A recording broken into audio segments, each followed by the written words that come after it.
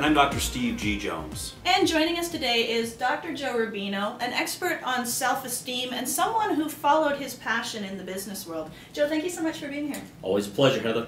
So today we're going to talk about following your passion, finding your purpose. Can you briefly tell us a story of how you actually did that? Well, for many years I did not follow my passion. I was doing something that I thought I had to do.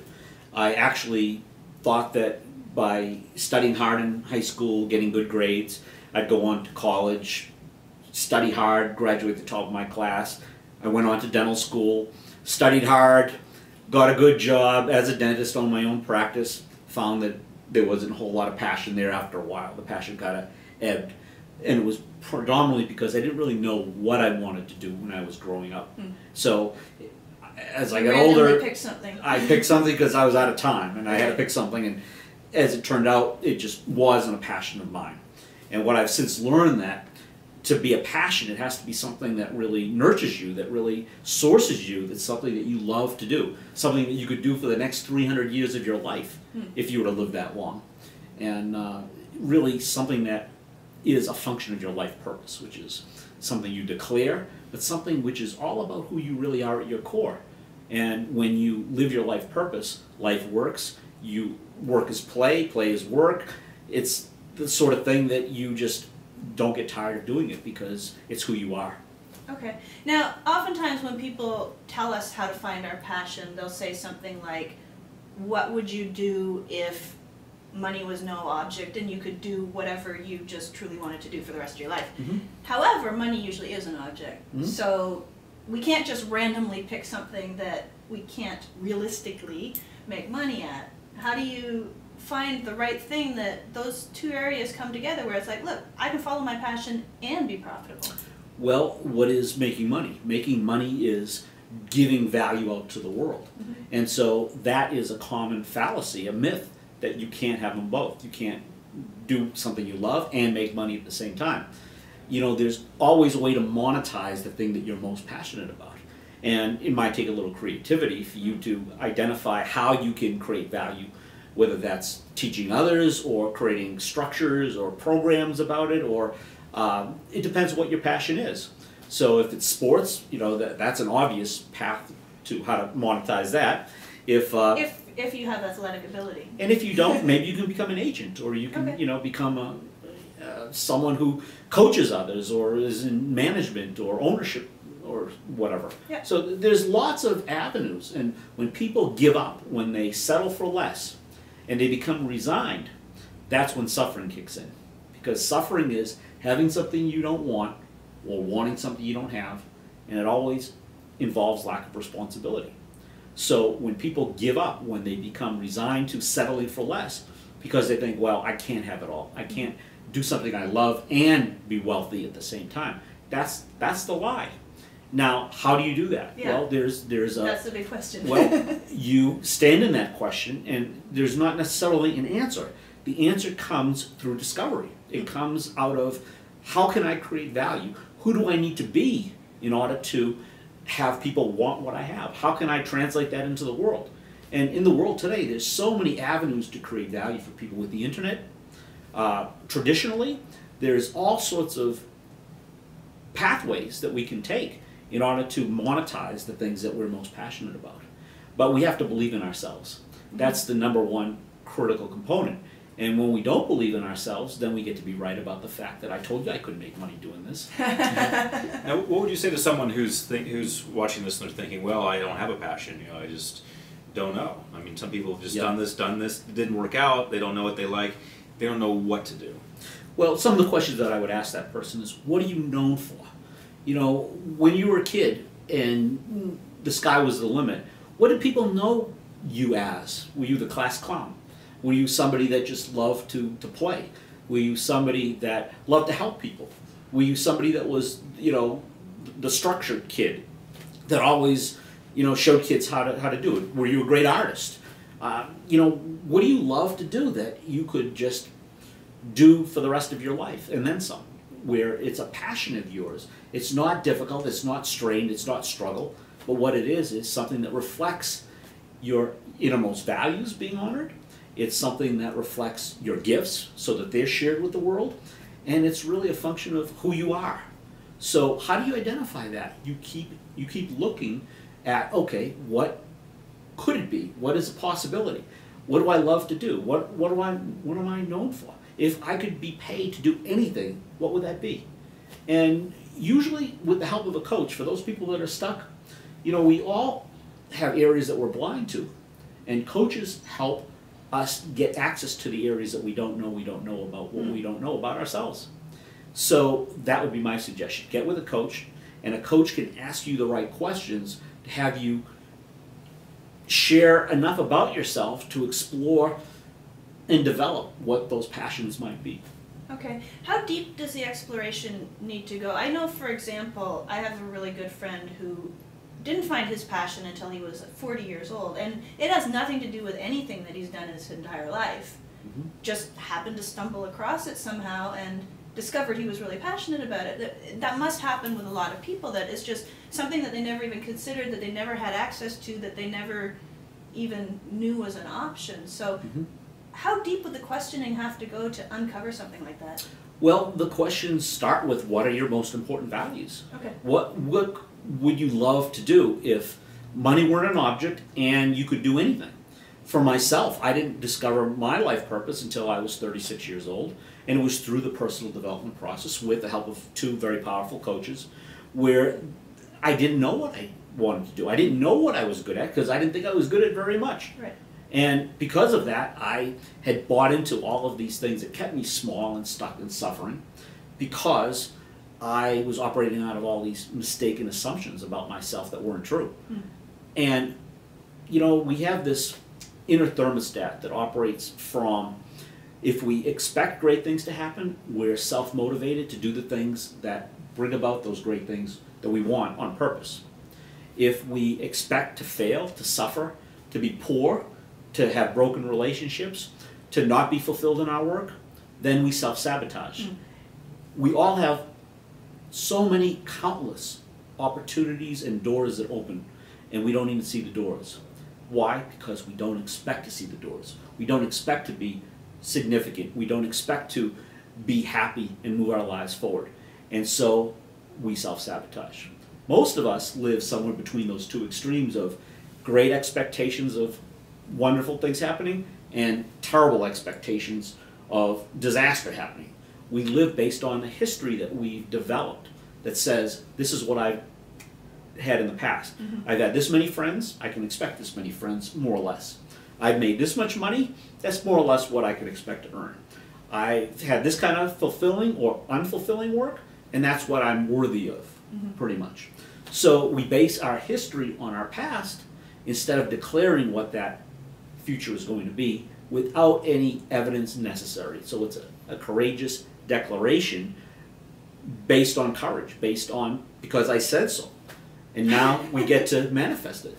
Okay, but at that point of, because I said so, without any history to back it up, that's a scary place to be. That's where the ego kicks in and says, no, you can't do it. No, you've never done it. You're talking, you've talked before about negative self-talk sitting on your shoulder, like the devil and the angel. But how do you turn that voice off and overcome it and say, you know what, shut up because I'm going to do it anyhow? The first step is to recognize when the voice is speaking to you. Okay. Because most of us think that that voice is our intuition. And our intuition is always based in love. It's sourced in our higher selves. And it's always, 100% of the time, accurate. Our negative self-talk is based in fear. It's based in all those angry emotions, the sad emotions. And it's based in our heads, not our hearts. Okay. So when we can listen with our hearts, when we can listen with our souls, and intuitively know the direction, quiet our minds, meditate and access our inner knowing, that is the true guidance. So the first step is to recognize it's in our heads. Thank you for sharing. I like to call that negative self-talker Chip. So Chip, thanks for sharing. Now shut up and take a hike. Like chip on the shoulder? Chip on the shoulder, okay? And not only take a hike, but let's replace that with an affirmation that's 180 degrees contrary to whatever the negative thought is. So let's say that that negative thought is, I've always worked at the widget factory all my life. And all I can do is work in the widget factory because I don't know any other skills. Okay. And Chip tells me that's all that you're good for. Stay in that widget factory, minimum wage is more than you deserve because you know what? You don't know how to do anything else. You can't contribute anything to anyone else. Okay, thank you for sharing. Shut up and take a hike. Now let's replace it with an affirmation about something that's directly in contrast to our greatest fear. So maybe that affirmation is, not only am I able to contribute, but I'm a great friend. I can charismatically improve people's lives. So depending upon what your passion is, your affirmation can be a reflection of that passion. So you can say, not only do I have something to share, but here's how I'm going to do it. I'm going to take action. And the action is the important part. We don't need to know where we're going, but we need to start. It's kind of like a heat-seeking missile. When it's fired off a plane, it might go off in entirely the wrong direction. But what happens? It measures, it adjusts, it corrects its path, and before you know it's right on, it hits its target. We can do that as well. Most people stop their inclination to take action because they don't have it all planned out. The greatest thing you can do is to take action and find your way as you take it. So what you do is you take your first step. And as you take that first step, you trust in yourself and in others and in the universe, God, the world, however you want to hold that, to provide you with the next step. And as long as you're pursuing the path of heart, the path of courage, you'll constantly get guidance, you'll constantly find ways. There's coaches, there's programs, there's all sorts of opportunities out there if you believe in yourself. And if you don't, again, you get to be right. And you get to say, I told you so, and make other people wrong. Yeah. Okay. So does that second affirmation, the one that comes after the shut up, Chip, take a hike, and the affirmation at 180 degrees, does that have to be something that we can prove to ourselves? Because I can see it possibly becoming another spiral where Chip says yet again, no you can't, no you don't. Well, failure is always an interpretation, and it's always an undesirable interpretation. Okay. So I'm going to offer you a different interpretation, that every challenge that you encounter is an opportunity in disguise that contains a gift. Yeah. And we need the gift, so we need the challenge. So instead of thinking that life will be great when some event happens, and until I reach that title, or I make this much money, or I've got that award, or whatever it is, that degree, we know that we're exactly right now in this spot in our lives, manifesting exactly what is consistent with who we are and where we are. And the lessons that we're learning, the challenges that we're encountering right now are entirely consistent with what we need. And in those challenges are the gifts that will lead to the insights and the breakthroughs that will take us to the next level. And when we get to the next level, we'll encounter another challenge, another problem that will again contain a different gift. So it's like an unending series of doors along this graded plane along a corridor that you keep opening a door, you keep making progress up the stairs, you find another door that you didn't even know existed before, and before you know it, you're all the while learning and growing in this great school we call life, and at the same time you have an expectation for yourself that you'll break through any challenge, and that's the key. You know, Napoleon Hill talked about having a burning desire. And a burning desire is a great necessary component for moving your life forward, where you just want it so badly. But if you were to fill a stadium full of 100,000 people, and you ask them, how many of you want to be happy and healthy and wealthy? How many do you think would raise their hands? Probably all raise their hands. All of them, right? Then you ask the same question, the same group, how many of you are happy and healthy and wealthy? Far fewer number, right? Why? It's because we don't see it as inevitable. When we see our success, our happiness, our relationships being rich and fulfilling as inevitable, we do the things that align with what it takes to achieve them. And if there's a stop, get out of my way. You know, don't you know this is inevitable? My happiness, my abundance, my relationships, they're inevitable. I will break through whatever it takes. But instead, what happens is we give up. We resign ourselves to, well, see, I told you, couldn't do it. Yeah. Or, you know, it's just too much difficult. I don't know how to do it. So we quit. or we settle for less. Yeah. We live with what Norman Cousins said was, you know, the greatest tragedy in life isn't death, but what dies inside of us while we're still living. So our soul dies, our spirit dies, and then we settle for less, and then we get to be right about the fact that that's just the way it is. That's just the way I am. I actually love what people like to call failure, because the greatest experiences, the greatest learning, the greatest growth comes out of what someone else is going to label a failure. So the greatest success comes out of failure. Yeah, if you're not willing to fail, you have no room to risk. And if you can't risk, you can't possibly succeed. You can only create more of what you already know. There was a story I heard about a lady at Google. I think she was a vice president, and she made $1 million mistake at Google and went into her boss's office and said, I made a big mistake. And rather than fire her, so the story goes, he basically said, well, we've just invested $1 million in your education, so you know, make the most of it, something along those lines. Yeah. So it's all about frame, how you look at it. Yeah. Certainly. Yeah, that's great. Okay, so if someone wants to connect with you and learn more about this process of uncovering their passion, finding their purpose, how do they do that? You can go to my main website, which is www.drjoerubino.com, drjoerubino.com, or to learn a lot of these principles to move your life forward, you can go to www.lifeoptimizationcoaching.com.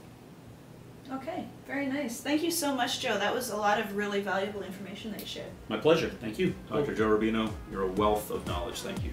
Thank you, Steve.